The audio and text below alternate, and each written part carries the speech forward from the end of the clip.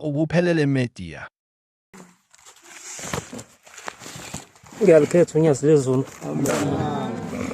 Ngibabingelela abayingcwele ngaphansi kwelikhulu igama laNkulunkulu wethu Shembe. Amen. Amen. Yo, baba umvangeli. Sithi sibonge nje. Ithubo sipha lona ukusikhulisa. Amen. Ngoba uyathanda nathi sikhule evangelini. Amen. Amen. Sike sihambe indawo. Ufika ubone abanye ngisho ukhuluma ukulunga. Udina ukuthi ayikhulunywanga ngani uyena lento. Abese phambana nomthetho kaShemba kuhlakaze khona la. Phakathi kwamaNazaretha bese ngithi mina hawu. Ngoba ngikhulela ekhaya kuthiwa umuntu mephambuka ethempelini mbize ngaphandle. Bese umluleka ukuze angafi. Amen. Siyabonga lethubo sipha lona. Ukuthi ke sigiye ngaloNkulunkulu silulekane. Amen. Akuyona ke yonke into ekhulunywe ethempelini engena kahle kumuntu ezomlungisa. Ngikhule kunabaphathi kuleli bandla ebebephathe u23. Hayi. Wawukuphume kade ushela intombi kuthembisile. Ufike lapha yakuthiwe abaqonyiwe ngala ushone lapha. Bese kufaka umbuzo ukuthi lento yenza uyenzelani. Kabuhlungu. Kodwa namhlanje sekuye ukuthi makukhulunywa ngezono ezosivimba ezulwini. Abantu bethi hawa usibani ugibela kuthini. Bangcwele isango lemthwalo esiyithwele alifuni. Lifuna wena wedwa. Mangabe kukhulunywa wojabula makukhulunywa ngento oyenzayo. Ngike ngakhuluma nomunye udadewethu ngithi dadewethu njengoba sikhonza nawe uShembe. Uthi uShembe singaqonywa ngithi. Uthi yena yebo. Manje wena yini uthi ulindile kodwa ububambile futhi ngala. Uyakuphi imali lo muntu? Uthi uyangipha. Uyifaka kuphi ku-account? Mase kuyosha uthando ihlukanisa kanjani imali onikelela ngayo uShembe nalo iphiwe yilomfana? Uthi ayihlukaniseki. Ngithi umnikelo sokuphi uShembe ungcolile. Shembe. Ngisho umzali akakwazi ukudla leyo nto uzogula. Ubaba noma umama ngithi kamangabe uyonikelela uShembe ukade uphiwa imali umfana. Lo mnikela ubalwe egameni lakho. Sengiyamkhothela ngithi ubaba uDimba wake wakhona inkosi uBhombela inikelisa. Yathi mayinikelisa wabona igovo elimnyama lifike licaphuna eminye iminikelo. Eminye liyeke. Wayesebuza mase kuqedwe ukuthi hawu Shembe enjani lemnikelo engangena embengeni ifika icashoni. Uthi uShembe khona iminikelo ehlambulukiwe ngokuthi utholakala kanjani. Oh Shembe. Ake sikulungele ukuhamba lendlela kaNkulunkulu. Amen. Amen. Nebhizinisi onalo mawunesitolo okungcono imali kaGwayi mawudayisa ibeke eceleni ngoba umnikelo wakho ngeke ufike kuShembe. Angazi uzobudayisa kanjani. Uma unesaluni angithi uzobagunda abantu. uShembe uthi abantu abangagoni. Ayithi uzoyifaka imithi emakhanda mawunesaluni. Ngizama ukukhanyisa umnikelo ohlambulukile nongahlambulukile ukuthi singasebenza size siyichome ekhanda iminikelo sithi siyalishaya uthando kanti ayilotshwa leyo nto kuShembe ngoba uNkulunkulu. Mina ngwakambili sibongo eMbumbulu. Amen. Lensizwa besihamba nayo ngala ePortshepstone. Iyangixaka namhlanje mayingabhincile. Ngoba yafika yathola ivangeli lokuthi awuluhambi isabatha no23 unje. Yayithenga imvunulo. Angithi wayithenga nsizwa. Amen. Usungena esitayeleni sangala ngakini manje. Nanga umvangeli kodwa uyisibonele esihle.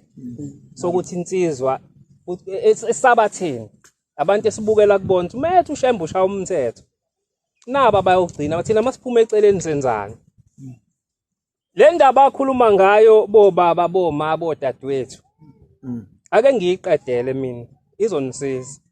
La sayothandaza khona udadewethu ebiza umuntu eyalelwa yiNazaretha inyanga yasemachisini eyafika yabethela. Thwaya ifika endlini ithela ispirit erumini ilayitha umentshisi ithatha isibuko isibhekise khona. Yawenza wonke amaroom. Lento oyekwazi lo muntu ukumbona lo sisi ngisho egeza ngisenjani ekwakhe. Kwabhilita idlozi lakhe lathi thina sifuna uShembe kuphela la. Lento asiyifuni la khuphuka kuyena bathatha ifoni bamfonisa kukhuluma ikhehla bafonela lenyanga. Yafika ngaleso sikhathi uthe mesevukile yathi lenyanga hayi wawusho ngani ukuthi unabantu abanolaka kanje. Bathi abayifuni imithi la bafuna uShembe kuphela. Amen. Amen. Asimxubile thina uShembe. Joshua 24:24. Asimxubile thina uShembe.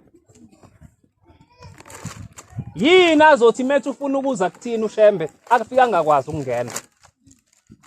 Ungwabe uthandaza iminyaka engawuthola umsebenzi. Ngayifunda. Abantu bathi kuJoshua, Kwake wathi umprofeti kaNkuluNkulu ehlanganisa amaNazaretha ethempelini njengoba sikhona.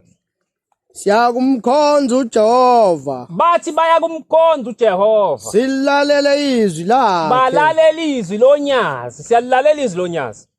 Khona uJoshua Cela uyibambe kancane. MaNazaretha silapha sikhonza unyazi lezulu. Amen. Izwi lalo siyalilalela na. Amen. Kuhle maselilalela. Qhubeka. Khona uJoshua Wayesethi uJoshua wenza isivumelwano ngalelo suku, wenza isivumelwano esizosenza namhlanje. wabamisela umthetho Wamisa umthetho nomyalo nomyalo eShekhemu. kaNkuluNkulu. uJoshua walobala wamazwi encwadini yomthetho kaThixo. Lamazwi azokhulunywa namhlanje ingelosi ekhona la yesabatha izowaloba lamazwi ihambe nawo. Njoba nithe niyolikhonza unyazi nilalela izwi lalo. Uma wena usuphikisana naloko engizokusho usho ukuthi unguqamba manga. Uthini uJoshua? Wathabatha itshe elikhulu Nawa amatsha uNkulunkulu wasibekisa wona sasingazi kodwa ukuthi wabekelele isizathu. Nawa amatsha. walimisa khona phansi endaweni engcwele kaJehova. Hawu sisendaweni eyingcwele kaNkulunkulu ithempeli. uJoshua wathi kubantu bonke, Wayesethini uJoshua? bhekani, Ake nibheke maNazaretha. leli tshe liyakuba ufakazi Letshe kuthina, liyoba ufakazi kuthina ngoba lizwile amazwi onke onke kaJehova. akhulunyiwe kusuka ekuseni kuze kube manje. Letshe leli lizwile. Phela itshe liyakhuluma noShembe ngoba uShembe uNkulunkulu. Amen. Awashilo kithi liyakuba ufakazi kinina, funa niphike uThixo wenu. Ibambe John 12:47. Uma senimphika uShembe, uyazi ukuphika uShembe yini? Ukuphika uShembe ukuthatha uShembe akushonwe le wena ushone ngala. Ukumphika lokho. Ukuthatha uShembe lokho angikufuni. Wena ukwenza. Lalela ke. Uma nithi nini uShembe niyakumkhonza ngeqiniso, nithi niyakulalela izwi lakhe. Ake sikufakaze njengamanje. Akaphakamiso ngenawo WhatsApp la esontweni. Sithe uShembe siyakumkhonza sililalela izwi lakhe. Uma uNkulunkulu kamhlaza nithi sidelete uWhatsApp kufanele siwudelete. Amen. Ubani ongenawo? Akekho. Ubani ongenawo Facebook? Akekho. Hayibo. Kanti besithini masithi siyomkhonza uShembe silalela izwi lakhe? Tholakala singabakhohlisi. Asimuze uthini lapho khabazela. Umvangelo anawo. Awu baba siyabonga isibonele esihle. Siyabonga. 47. Uma umuntu ezwa amazwi ami Lalela ukuthi uShembe uma umuntu ezwa amazwi akhe engakholwa, ewalalele nje awayeka adlule kanjalo.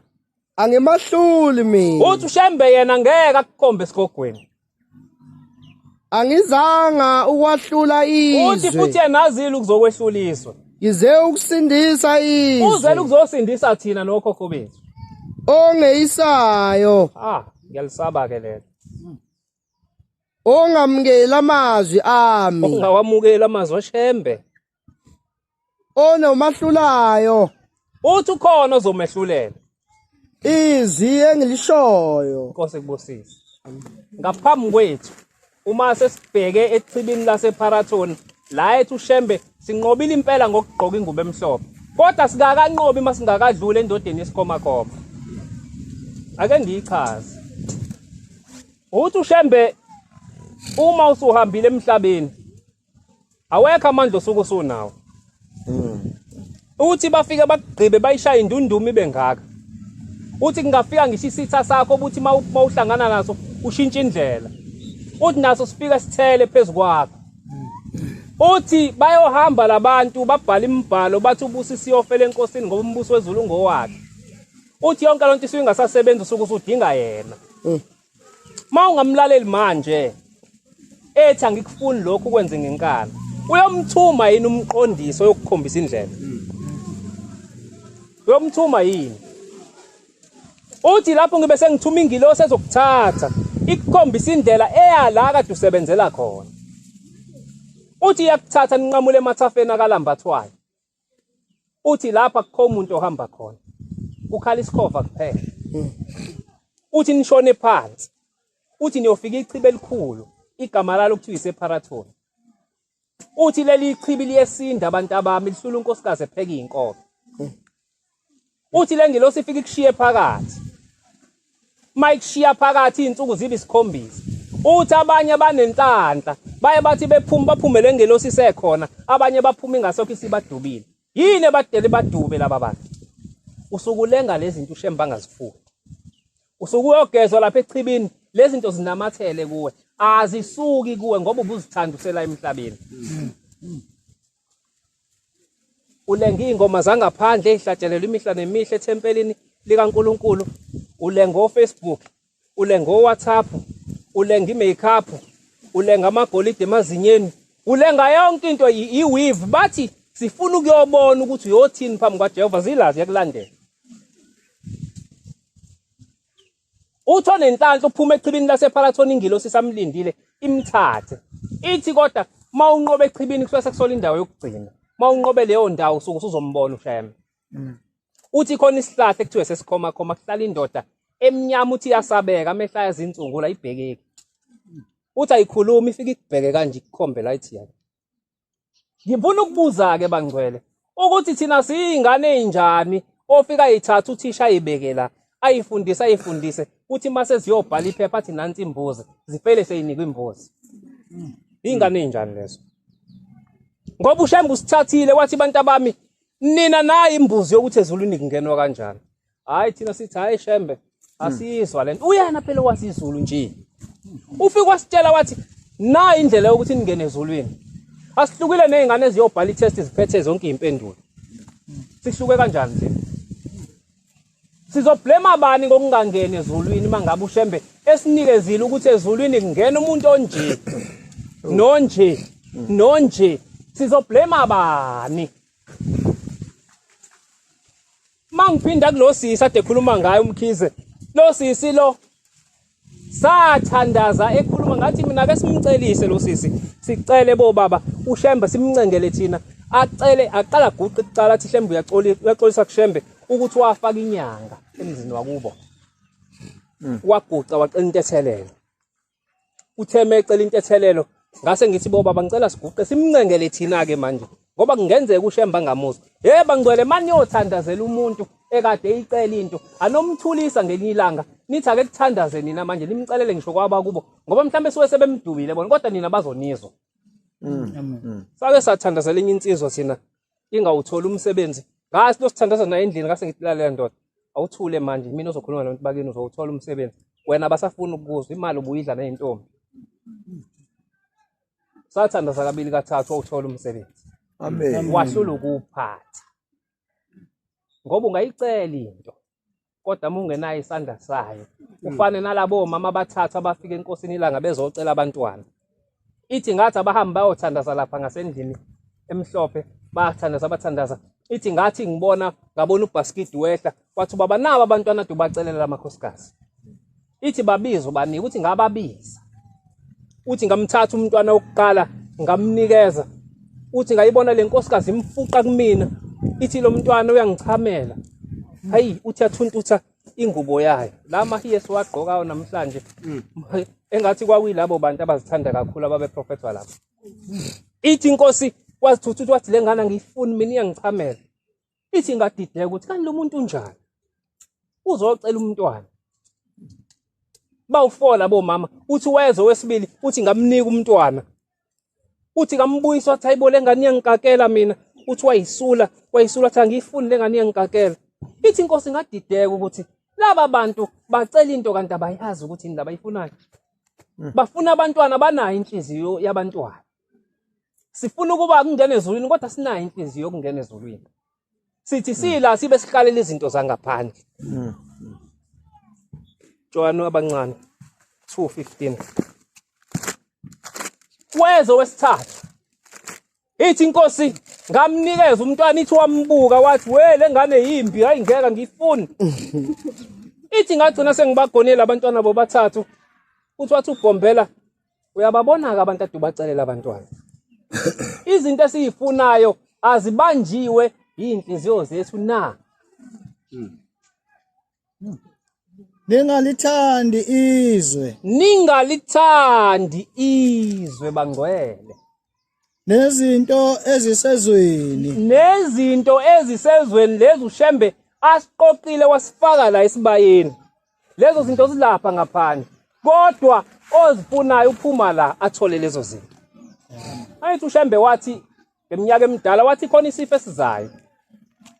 Ngeke sinithole nina maNazaretha. Ngoba intombi yalakhaya iqomo nensizwa yalakhaya iqonye. Kodwa umuntu othola leso sifo uyophuma la asilande ngaphandle. Siyadlubulundela. Qhubeka baba. Uma umuntu ethanda izwe uthando lukaThixo uthando lonyazi alukho kuye. Hayi alukho bafutha alukho. Ngifunda kahle lencwadi ngiyabonga benkosi ubusisa. Kukhona ubaba umvangeli. Baba umvangeli ngiyacela ukudlulisa lo myalezo kuwe. Kwakuyinabathu yayingala ePortshepstone. Kwasuka oyedwa umphathi wayesehlabelela. Uyazi uShembe mhlambe nani khona nina abamvangeli inyanga yezulu ithi ngibeka amaphoyisa mhlambe thini sasiyingane. Yathi ngibeka amaphoyisa angayigqokile ingubo emhlophe ayonigada kuko konke enikwenzayo. Wadonsa ingoma zangaphandle lo mphathi eyidonsa ethempelini kushaya uthando. Elilimele ibandla laShembe. Ngiyangicela nina abahloli bomsebenzi kaNkuluNkulu ukuthi ngicela ufe mvangeli ufela ukuthi ubukhuluma iqiniso. Ungasaba abantu namhlanje bangaphandle bathi sekulula ukusonta kaShembe. Ngoba kuyatshikizwe ethempelini bebuka amavidiyo lawo eniwashuthana uwaphosta. Bathi bekunzima ukungena kuleli bandla linomthetho. Bathi kodwa namhlanje sesingasonta ngoba sekwenziwa yonke lento. uBhombela washawa wahamba le komseleni elambile izinsuku engenakudla kwaze kwadabuka into ayigqokile yadabuka yaveza kabuhlungu yathungwa ngameva uthini la ikhona uma thina sesithatha ibandla lakhe sicule noma yini esiyithanda engekho la baze bathi abantu bangaphandle sekulula ukusonta kaShembe ngoba sekwenziwa noma yini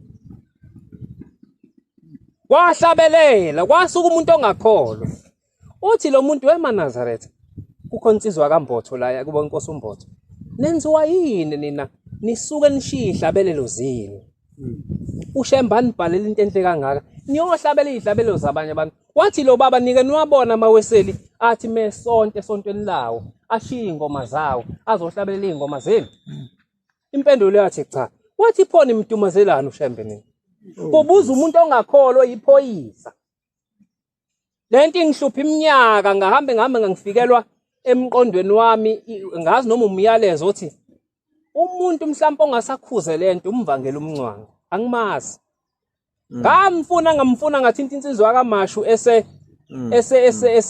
elapha kaMashu esebenze yona iTrans yakamkhizi yathi hayi ngizoke ngikufunele nami kubantu engibazi mhlawumbe bayamazi umuntu ekuthiwa umvangela umnyango ngamthola umncwango ngamtshela ngoJulayi ukuthi nginombono ongifikela kanje ukuthi awukhuze lento wathi hayi insizwa ngizozama ukuyikhuza ngisazoke ngithinta umkhizi ngoba uyena umvangela umkhizo waqala inabasho sihlanganyele lento sikhuze ngoba ngempela iyichili lifile ibandla likaShembe libulawa yithina sesiqedile isithunzi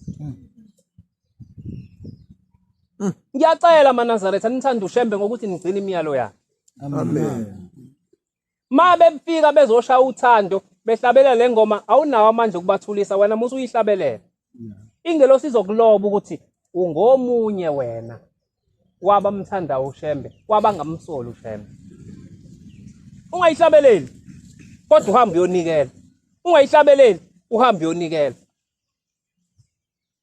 ngiyayicela lento ke ilungiswe ngoba thina sinawo amandla kodwa makuma umgcotshwa la ethi lento ayikho akhothi awufundela mfisi 37 singakhulumi ngento engekho sifunde iBhayibheli laShembeke manje silizwe ukuthi lithini Azihlatshelelwa. yebo baba mikhabazela umvangeli uyayidonsa nansi sicela usiphe imvangeli ke sifakazise ningabe ngathi into iyafika nomfana osembumbulo Kulobu buNazaretha. ithi incwadi efunda umgcotshwa kaThixo efakaza lamazwi kuleli bandla Akahlatshelelwa amagama angalotshwanga. amagama angekho la esihlabelelweni kuthiwa wahlatshelelwa Engesiwona awenkonzo. angewona wenkonzo masimashe ezulwini sithi halala helele likhona la likhona sifumaniseka siziboshwa Kuhlatshelelwa afika noIsaya Shembe. amagama afika nobhombela kuphela Nenkosi JG nenkosi ilanga Shembe. ngiyabonga baba Amen. na indlama iyangena angithi uNkulunkulu wenza umcimbi lapha ya sahlulwa ukuba namehla sezulwini thina uShembe wathi emicimbini yakhe ufuna ingubo emhlophe beyingaqokiwe ngani noma inkolo sesiyijaja ngoShembe uthi awugqokile umjiva shothi nathi asiswenke mina ngifika emkhomazi umfundisi umqadi kade ebiza abashumayeli ethi kade sibizwe uShembe wathi ufuna emicimbini yakhe akugqoka ingubo emhlophe asiyigqoki ngani mina kade kuyiwe emshadweni ngala khona la eMtuba ikephi lapha mkhizi obusuka le Hadini sishone ngala Kundosi mhlawumbe. ikephi seGondosi egengele Ngeke. yebo baba wengafuni unkosikazi ngiphathe umNazaretha ngase ngithi angincengi nala ngiphakelwa khona phela ngomthetho kaShembe hayi ngizoncenga la ngiphakelwa khona ngomthetho kaNkuluNkulu ngawufaka mina ngawupakisha ngawuthatha ngahamba samba nenye insizwa le nsizwa le ivuma ukuthi izowugqoka nayo zu2 sathi mase siphambili isisaba nayo inkosazana eyikhethile uthi uMamkhize uzophoxeka mangifaka umNazaretha ngawugqoka ngedwa nangu wekhona ngoba ngomthetho kaShembe akufanele unkosikazi angilahlise bese ngithanda yena kakhulu bese uthando likaNkuluNkulu lincane mina emcimbini kaShembe ngiyowufaka ngisho bengathini bathini ngiyowugqoka Amen. Amen. nalento yokuthi emicimbini kaNkuluNkulu nina enigidayo ubani owathi makuhlatshelela isihlabelo saShembe gidi isihlabelo saShembe ungayigqokeli ingubo emhlophe ufaka isicathulo ugida umgidi kaNkuluNkulu ufaka isicathulo amakhosazana sikaze siwabone nomama begida befaka izicathulo kwenziwa yini thina ekuthiwa siphethe umthetho thina ekuthiwa siphethe umthetho abaphathi bomthetho amadoda kodwa iwona udedela kakhulu mina ngugidi umgidi kaShembe ngifaka isicathulo makuvuka nathi ngiyakhumula la ngiyawugqoka umNazaretha bese ngingena emgidini bakhuluma abahle beceleni uthi uqhawe lo kodwa kulungile uqhawe osebenzela uShembe nozama ukulalela izwi lakhe imicimbi kaShembe uthe agqoka umNazaretha futhi asingagidi umgidi kaNkuluNkulu ngezicathulo singayigqokile imNazaretha ngoba wathi uShembe umgidi umthandazo wokugcina engininika wona uma niwonile bantu abami angisenawo mina kusho inkosi ilanga. Labo mama bengikhuluma ngabo uthi uBhombela mntanami biza lo wesifokeke umnikeze umntwana. Ithi inkosi ilanga ngambiza lo wesine ngamnikeza ingane yamchamela. Ngamnika lengane yaphinde yamkakela. Ithi lo mama wayesula nje ephipha nje yena aphinde agona ingane yakhe. Ithi wathi uBhombela nangu umuntu ofana umnike laba bantwana. Wabanikwa bonke laba bantwana boba u4. Amen. Ngoba unani unenhliziyo yomntwana. Thina lo mntwana esaphuma naye emanzini sinayo inhliziyo yokumphatha. Akakavalelisi nje athi ngiyahamba la ngiyalamba la. Uyazi uShembe uthi ngelinye ilanga mekhuluma uShembe wesibili uthi wake wathi ehleli kwangqongoza umuntu eselungiselela ukuphuma. Uthi ngathi ngena waphinde wanqongoza lo muntu. Ithi okwesithathu ngamkhafa ngathi ngena. Uthi wangena wathi fofovala emva kwesicapha. Uthi ngathi awu wena sibanibani wathi angisiye lo. Kodwa ngilo umntwana wamthatha wambeka kwemhla epapadiso. Ithi inkosi ipho uthini mntana mthi baba ngicela ukumshiya usibanibani ngoba ngiyalamba kuthi. Njoba ngibona ngizaci kanje ngiyalamba. Angikudli ukudla kwasezulwini. Ngifuna ukubuza ke. Njengoba sesahlabelela ingoma zabantu abangakholwa akakavalelisi lo mntwana enkulunkulu. Awusele wedwa igobolondo namhlanje. Uhamba wedwa. Ithi inkosi ungamshilo umuntu uzofa. Uthi baba ngeke ongcono ngithatha ungibeke kumuntu osemdala noma osanda kuphenduka ngoba yena usenogqozi lenkolo. Uthi uShembe ngilinde mntanami ngizokhuluma naye ngesabatha. Muke wamshiya uzofa. Ngempela inkosi kuthiwa yaphatha inkonzo. Yakhuluma ngokululeka ukuthi asithi masamanazetha kuvame empilweni yethu ukuthi siphile ngobuNazaretha. Sikhulume ngoNkulunkulu sihlabelele. Sithandaze ngekhathi zokuthandaza. Singahlabeleli phela noma yini, sihlabelele into ezodliwa yilo mntwana. Kodwa ithi ngabonthazwa ngalo muntu ngoba ngathi ngizwa kwathi usefile. Banjani abethi abantwana basaphila? Sithe solilalela izwi likaShembe. Uma sitsolilalela izwi likaShembe ayaloba lamatshe. Ono Facebook akawudelete masiphuma la. Amen. Ono WhatsApp awudelete masiphuma la. Amen. Ma ungakwenzanga ayaloba lamatshe uthi ngakukhuluma. Ithe incwadi kaJohn 12:47 angeke niboshwe uShembe unyazi lezulu. Kodwa amazwi awakhuluma wathi akayifuni lezi zinto. Iwona ayofika athi awungizwanga ubaba engikhuluma ngelanga elukuthi uthi wena ngakuzwa wenzani? Hayi angenzanga lutho ayike shona ngala. Sifuna ukuyaphi? Asifuna ukuya ezulwini. Amen. Sathandaza samcelela lo sisi uthi ayibuye ingubo umNazaretha. Wafona ngakusasa wathi uphupha into yehla nje obadesho. Kodwa into emdidayo lo dadewethu umNazaretha owahamba mfishana ungaka. Lo gqokwe odadewethu bentethelele. Uthi manje umNazaretha obuyayo umuntu ushaya izansi. Uthi nansi into engidida ichaza ukuthini. Lithe lamayi awuhambe uyobuza umkhokheli. Kodwa ngizokunika impendulo sisi. uShembe ulungisa iphutha. Nina ngesabatha nigqoka umNazaretha oshaya izinqeni. Le mNazaretha enikalayo futhi eyenza ngisho abantu abakhona enkonzweni abesilisa bagcine bengayibuki inkomo bengayilalela inkonzo uma usuphuma. Angithi ukufanele manje usebuka wena phela manje kule skin iMnazaretha osifakile. Ngoba uyabuka phela manje ayisekho enkonzweni usumkhiphe wena. Uthi ngithi mina ke uShembe ulungisa iphutha lo mNazaretha owatha wahamba kwako othando wena lo ubuyisayo othando wena ofanele ugqoke ngesabatha. Amen. Kodwa ke ukuze uqinisekise le ndamba kumkhokheli wakho ubone ukuthi uzothini.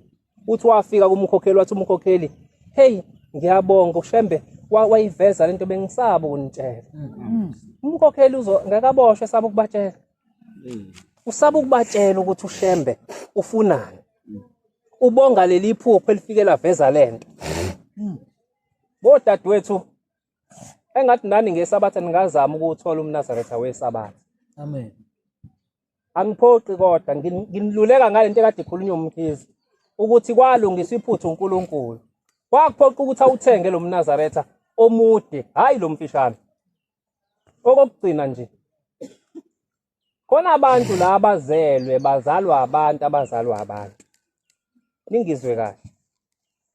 Uyabona mangabe uphile ekhaya umkhulu wakho washona ukhulu wakho sekade ashona noma ugogo wakho sekade ahamba emhlabeni. Khona inkinga kini. Abazukulu bakho bazoba nenkinga. Uma ngabe isalukwazi esizala ubaba wakho sashona kuqala kwathi ikhehle elizala ubaba wakho lashona kamuva. Khona inkinga lapho. Lezi izingane ezizalo uwena nezingane ezizalwa ile izingane ezizalo uwena zingase zibe nenkinga. Ngoba ezulwini imessage mayithunywa ihamba kanje. Ubaba wakho uya kumkhulu, umkhulu ayikise. Ukhokho lo wakho aye kwabangaphambili. Nayi into engifuna ukuyichaza. Lezi izalukwazi mangabe isalukwazi sihambe kuqala. Kuthi mase kushona ikhehla bese isalukwazi ukuthi umndeni ngale kwelizayo zila phela nansi indoda yakhe isifikile. Lo muntu maniphile emhlabeni into enicashelayo animboni ifanele nimkhumule inzilo. Lo muntu mase yithonga elihle uzobe ithonga elihle kanjani kubazukulu eza nenzila yini ezotholwa abantwana eza nethunzi elimnyama. Yaphoqa ukuthi manazi ukuthi khona umuntu owahamba kuqali owesifazane kwalandela ikhehla nilandele lonto niyilungise. Amen. Ngoba abazukulu bazoba nenkinga bangcwele. Ngayikhuluma eHarding lisamba nawo lensizwa ngelilanga leyo nkonzo. Ngathi masiphuma ngaphandle uthi omunye ubaba kaSikobi hey ushemba uNkulunkulu. Wathi lento ingivulisa iminyaka ngifuna uthi ngivele ukuthi nje ngelinye ilanga ngiphuphe isalukwazi esizala ubaba befike basithathe kufike ibhokisi siwe gqi phambi kwami bese bevele bemkhiphe bemthi gqi ngaphandle ugqoka ingubo ezimnyama bese ngithi mina hawu futhi ukhulu mhlawumbe wafika waphenduka ngalezulwini wabisulumani. Uthi lento ibingicacela ukuthi kodwa manje sekufika lo muntu useyayicacisa isalukwazi sahamba kuqala kwalandela ikhehla futhi bafike bamzilisa. Omunye wakancama khona kulelo thempeli ngikade ngiyikhulume kanje nje kwavele kwafika isalukwazi naye esizala uma wakhe sathi hayi wemzukulu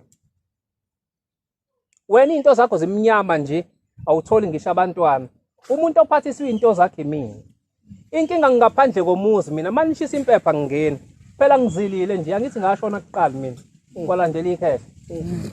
Khumulani mina inzila izolunga izinto. Ake sizame ukulungisa bangcwele nalesifo ke esithi thina masiganiwe saganwa omakoti bafike ekhaya kutholakala omamezala babafuni. Ungabheki umamezala kodwa khona inkinga engaphambili ekhomba ukuthi nayo ngaphambili ukhona owake wangafuna owayiganiwe. Thetha lelo cala wena ubese uthi ngicela intethelelo ngicelela intethelelo ubeka imbuzi la ukhuluma uthi namhlanje ngizothetha icala lalabantu okwake kwafika omakoti bangabafuni bafike baboshwa ngale umndeni abahlangene nomndeni sebeyakhuluma manje baveza inkulumo la emhlabeni ukuthi bayaboshela ukuthi babe ngabathandi omolokazana.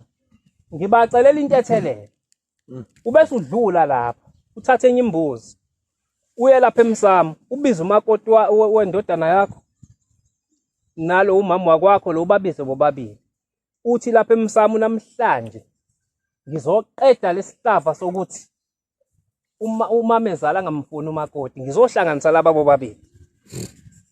Ishisa impepho ukhuluma uthi uyabahlanganisa ufuna babe umuntu munye bathandane la ekhaya.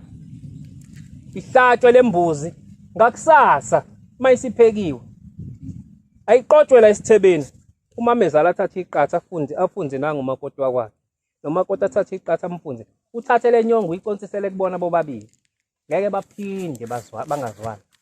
Amen. Bayoba ibumba lika simende.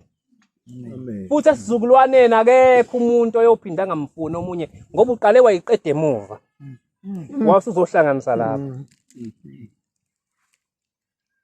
Ngiyothandaza emzini wakaHadebe ngifika ubaba Hadebe ngapha ngiyosabatha kwelinye ithempeli uthi umshumela wakho uHadebe sewancipha wangaka akazwani nomama wakhe akasakudla ukudla ngathi awungiyalele ngiye khona ngami ngawuthandaza khona. Uma ngifika khona ngathi ngizothandaza la ekhaya thunywa ushembe hayi baqoqana ngangena babiza nabantwana yasha inkonzo thema iqeda sengiqeda ukufunda umthandazo ase ngithi ngicela nibikele uNkulunkulu enikufisayo wayeseguqa lo baba washona le hayi la ekhaya nje sineyinkinga siyathakathwa namaphupha amabi manje ngiyacela uShemba angisize nami nje sinomama esinenkinga sibhekana kodwa ngazi ukuthi kwenzakalani umama kunezinto azenzayo hayi bese ngithi ngicela izingane ziphume ngoba le ndaba isingena kakhulu kubantu abadala ngifuna zingayizwi izingane ziphume asukuma umama athi umama ngiyabonga ngoba ubaba uyibhobosile sengizokhuluma Manazaretha asho kanje ngiyabona nibize uNkulunkulu kodwa ngingedwa athi uShembe lo the ozala ubaba kasangondli ubaba akakudla ukudla engikuphekile ubaba ungisola ukuthi ngiqomile ngimdala kangaka ubaba uthi mina izingane engiyizele zonke iyodwa ayivumayo zonke lezi ezinye azisekho akuzona ezakhe njalo hawu ma kunjalo uShembe ngixoxela uShembe ethethe icala hey hawu ma kunjalo na hayi mina nje la ekhaya ubaba akangondli ngisho ngiyele ekhaya emphefumulo ngiyayizamela ngihambele angazi njengoba ngimdala kanje ngingaqoma into ethebhekile ubaba nje kusukela ngimncane ube umuntu onesikhwele ngize ngazala abantwana kunje uthi manje lento enzo ubaba isingene ezinganeni zami eziganile manje zigane khona ngala kwaZulu uthi emzini zizela izingane lezingane kuthiwa manje lezingane akuzona ezakhona kodwa lezingane zifike ziyintombi isithema seyizala izingane bathi abakhwenyana bobabili hayi akuzona ezala ekhaya lezingane ebese uShembe kumina baba uHadebe kuyiqiniso lokho kushiwo athi yebo kunjalo hayi athi nebangitshela abantu ngisho emsebenzini ukuthi umngami uqomile angizwanga ngifuna mina abe nabangani nasethempelini nje ethempelini angifuna hambe nabantu ngoba bangcolile abantu ahamba nabo hawo uzoba umama ohamba yedwa kanjani athi hayi yabalungile bese ngithi athi uShembe ke awumbuze ngoma wakhe ukuthi waphatheka kanjani eganile hayi laqhuma ithumba uma wakho eganile kwaHadebe waphatheka kanjani umamezala wakhe ngiqale ngibuza ukuthi uma wakho usinile la ekhaya athi yena hayi uma bamsinisile nje abafowethu asizwani nabo bamsinise kungashiswa ngampepho hayi ngithi leyo nto ke ifuna niyilungise ngoba izoniqhatha futhi nayo baba kuHadebe uma wakho waphatheka kanjani efikile emzini kusho uShembe hayi mina athi yena enye indaba leyo uyazi ukhulu wengamfuni uma hayi wengamfuni uyabona nje thina sonke thina izingane zika baba ukhulu wathi asizona nje izingane zakaHadebe baba uHadebe awuyiboni ke lento oyenza kumama wakho ukuthi wena ungena ukhulu wakho lo wehlukumeza uma wakho nalithetha lelicala lakhulu wakho manje silithethanga uyabona lento isihambe yahamba yazafika nezingane emzini la iganele khona iyazilimaza lezi izingane manje kahle kahle ukhulu wakho lo lwimpi manje bamjezisile ngalo ukuthi wahlukumuza umelukazana eganile wathi izingane ayizela kuzona ezakaHadebe manje wena nawe usuthi izingane izelwe umama wakho akuzona ezakho uyazi yini enziwa wena lento uthi cha ingoba wena wedwa iNazaretha uze kuwena ngoba ufuna uyazi wena ozolungisa lento ilungiseke baba Hadebe angingakasho ukuthi ilungisa awumeke baba Hadebe mhla kulotsholwa lamakhosazana akhe amabili lasho naphi lobola ayaqala ke wangena ezintangeni ilobolo lasho naphi baba uHadebe mhla kugana amakhosazana akhe uthi hayi ngalithatha ulithatha kanjani ilobolo lengane ongayizali unecala ke baba Hadebe ngase ngithi ngizokuxhumanisa nezimpunga ke ezindala zikulungisise lento ngoba wonile wena ufika waphika izingane ushawa icala lakhulu wakho uzala ubaba wakho awuliboni uzolwisa umama wakho nje umsola ngento engekho kanti ukhulu wakho uyakhuluma ngoba wahlukumeza uma wakho kuphikwa nina angithi nina nibona bakaHadebe nawe wenza izinto kaHadebe kodwa kwathiwa uyena wakhona fuze ngabe wena ubhizi komalume wakho uqala ulungise ikini nivunywe kini nigezwe kuthethwe icala lokuthi ukhulu wakho axoliselwe kuyikhathi niza la kaHadebe izophela yonke le niphinde nimcele intethelo ngoba naye wona unecala ngokuthatha ilobolo lezingane ongayizali ngiveza umsebenzi kaShembe ukuthi akadlala uShembe bangcwele Amen. ngiyacela ke bangcwele ekukhulumeni kwami okugcina nje engikucela ukumgcotshwa ngoba bona banamandla ngeke ngabona umbhalo la laba ababhalayo Khonjiswa umakoti uthi ngoba mina nginayo lena uyabuya iveza uthi buka kufakwa isithombe somunye umphathi wenabashu nomunye thiwa siyabonga nogade kahle umzila ngoJulayi uyazi umzila ogadiwe yini kunabantu ekufanele bangashumayeli ebuhleni kubonga ukuthi ke laba bawugade kahle umzila ngoba usibanibani nosibanibani uvaliwe wangashumayeli ake ngimxoxele ukuthi abanye abantu babe nodumo babe into yonke emhlabeni uShembe bacatha kaboni hey kanti uyabona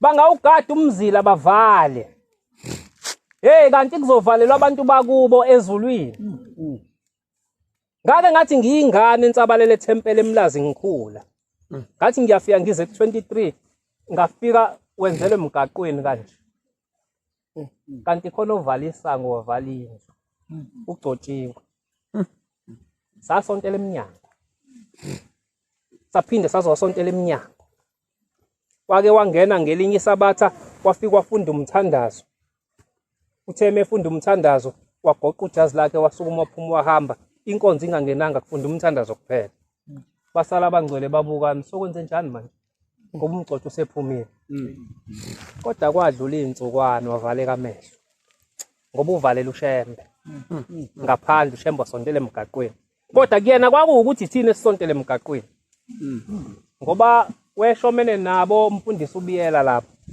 ngiyaxolisa ukuyigagula lonto bonke laba abantu babeshomene kanje wavalela uShembe wavala yena manje laba bantu abenza lento ukuthi kuthiwa inkonzo yentsha bona bathi sikhona sizobavalela sigade umzila baze banconywe ngifisa ukwazi ezulwini bayanconywa inkosi kuseni kuseni Amen. Ubuphelele media.